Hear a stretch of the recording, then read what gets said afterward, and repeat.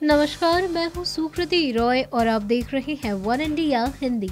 2019 के सियासी संग्राम में भारतीय जनता पार्टी के खिलाफ विपक्षी दलों को एकजुट करने का जो अभियान कांग्रेस लेकर चली थी, महागठबंधन का वो स्वरूप मतदान की तारीख आते आते न सिर्फ बिखरता दिखाई दे रहा है, बल्कि एक मंच पर साथ नजर आने वाले दल अब चुनावी मैदान में आमने सामने आ गए हैं। उत्तर प्रदेश में महागठबंधन की ये कोल्ड वॉर टिकट वितरण के बाद और भी ज्यादा स्पष्ट हो गई है। कांग्रेस ने अपने मुस्लिम प्रत्याशियों के सहारे दलित मुस्लिम गठजोड़ के दम पर दिल्ली का ख्वाब संजोने वाले बसपा सपा गठबंधन पर गहरा आघात किया है। अकेले पश्चिम यूपी की 4 ऐसी लोकसभा सीट हैं जहां कांग्रेस के मुस्लिम उम्मीदवार खासकर बीएसपी सुप्रीमो मायावती के लिए हानिकारक साबित हो सकते हैं। मुरादाबाद, बिजनौर, सहारनपुर और अमरोहा 4 ऐसे लोकसभा क्षेत्र हैं जहां से कांग्रेस ने मुस्लिम चेहरों को मौका दिया है। मुरादाबाद से इमरान प्रतापगढ़ी, बिजनौर से नसीमुद्दीन सिद्दीकी, सहारनपुर से इमरान मसूद और अमरोहा से राशिद अलवी को टिकट दिया गया है।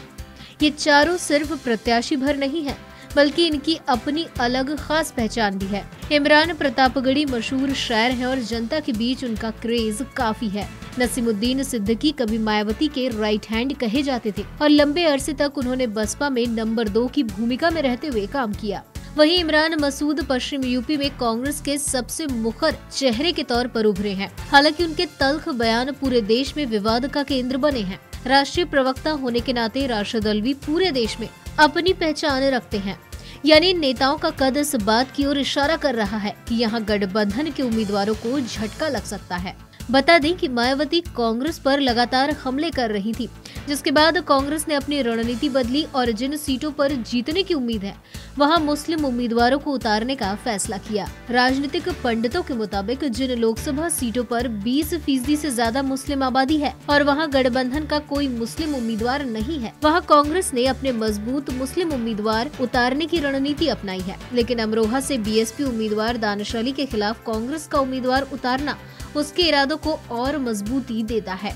बता दें कि मायावती का सख्त रुख देखकर ही बसपा को सबक सिखाने की नियत से कांग्रेस ने कुछ निर्णय लिए हैं। कांग्रेस से करीबी रहने वाले अमरोहा के उम्मीदवार दानिश अली के खिलाफ भी राशिद अलवी को उतारने का निर्णय लिया गया है। तो क्या कांग्रेस की ये स्ट्रैटेजी गठबंधन और खासकर बीएसपी को वाकई नुकसान पहुंचा सकती है? अब ये बड़ा सवाल है। इन चारों सीटों के समीकरण देखें तो गठबंधन के लिए विपरीत स्थितियां पैदा हो सकती हैं। इन चारों लोकसभा क्षेत्रों में मुसलमान वोट न सिर्फ निर्णायक भूमिका में है, बल्कि वो निर्णय करता भी नजर आता है। मुरादाबाद सीट पर 45%, बिजनौर सीट पर 38%, सहारनपुर सीट पर 39% और अमरोहा सीट पर 37% मुसलमान हैं। बिजनौर लोकसभा सीट पर कांग्रेस ने पहले गुर्जर नेता इंदिरा भाटी को उम्मीदवार बनाया था, लेकिन बसपा ने भी गुर्जर नेता मलूक नागर को मौका दे दिया। दूसरी तरफ बीजेपी ने सिटिंग सांसद कुंवर भारतेंद्र पर फिर से भरोसा जताया। गठबंधन का हिंदू उम्मीदवार देख कांग्रेस ने अपना फैसला बदल लिया और नसीमुद्दीन सिद्दीकी को उम्मीदवार बना दिया।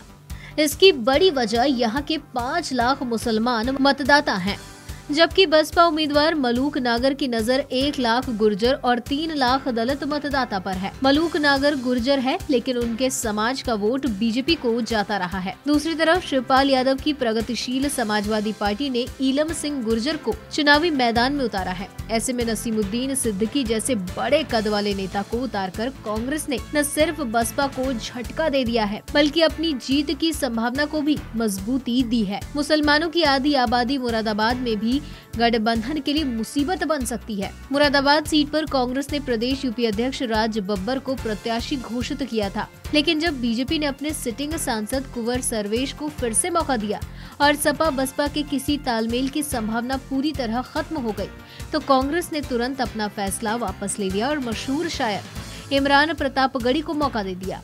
गठबंधन में ये सीट सपा के खाते में गई है, लेकिन अभी तक प्रत्याशी का नाम फाइनल नहीं किया गया है। यह करीब 45% मुसलमान हैं। अब तक इस सीट पर हुए 17 चुनावों में से 11 बार मुस्लिम प्रत्याशियों ने यहां से बाजी मारी है।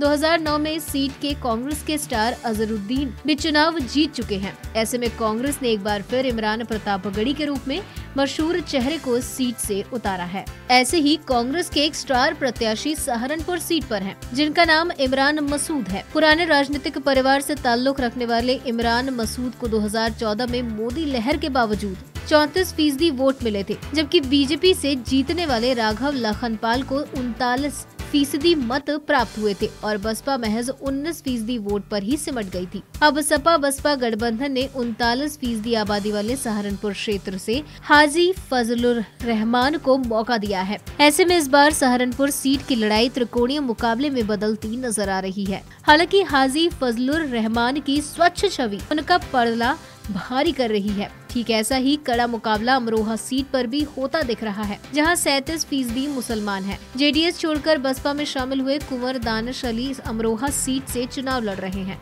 लेकिन कांग्रेस ने राशिद अल्वी को उतारकर उनकी चुनौती और बढ़ा दी है। बता दें कि राशिद अल्वी सांसद भी रह चुके हैं। ऐसे में इन दोनों की फाइट बीजेपी को भी बड़ा मौका दे सकती है। एक और बड़ा सवाल ये है कि क्या मुसलमान मतदाता बीजेपी के खिलाफ बने सपा बसपा गठबंधन के सामने कांग्रेस उम्मीदवार को वोट करेगा? इस पर राजनीतिक पंडितों का मानना है कि कांग्रेस की तरफ मुसलमानों का रुझान बढ़ा है और इसकी बड़ी वजह मायावती पर भरोसा कम होना है। उनके मुताबिक मुस्लिम समाज में ये सोच उभर रही है कि कहीं चुनाव के बाद वो मायावती बीजेपी के साथ न चली जाए। ऐसे में मुसलमान मायावती और अखिलेश यादव के गठबंधन के सामने कांग्रेस के मजबूत मुस्लिम उम्मीदवारों को चुन सकता है। फिलहाल इस वीडियो में इतना ही। ऐसी ही कई अन्य जानकारियों के लिए बने रहिए हमारे साथ।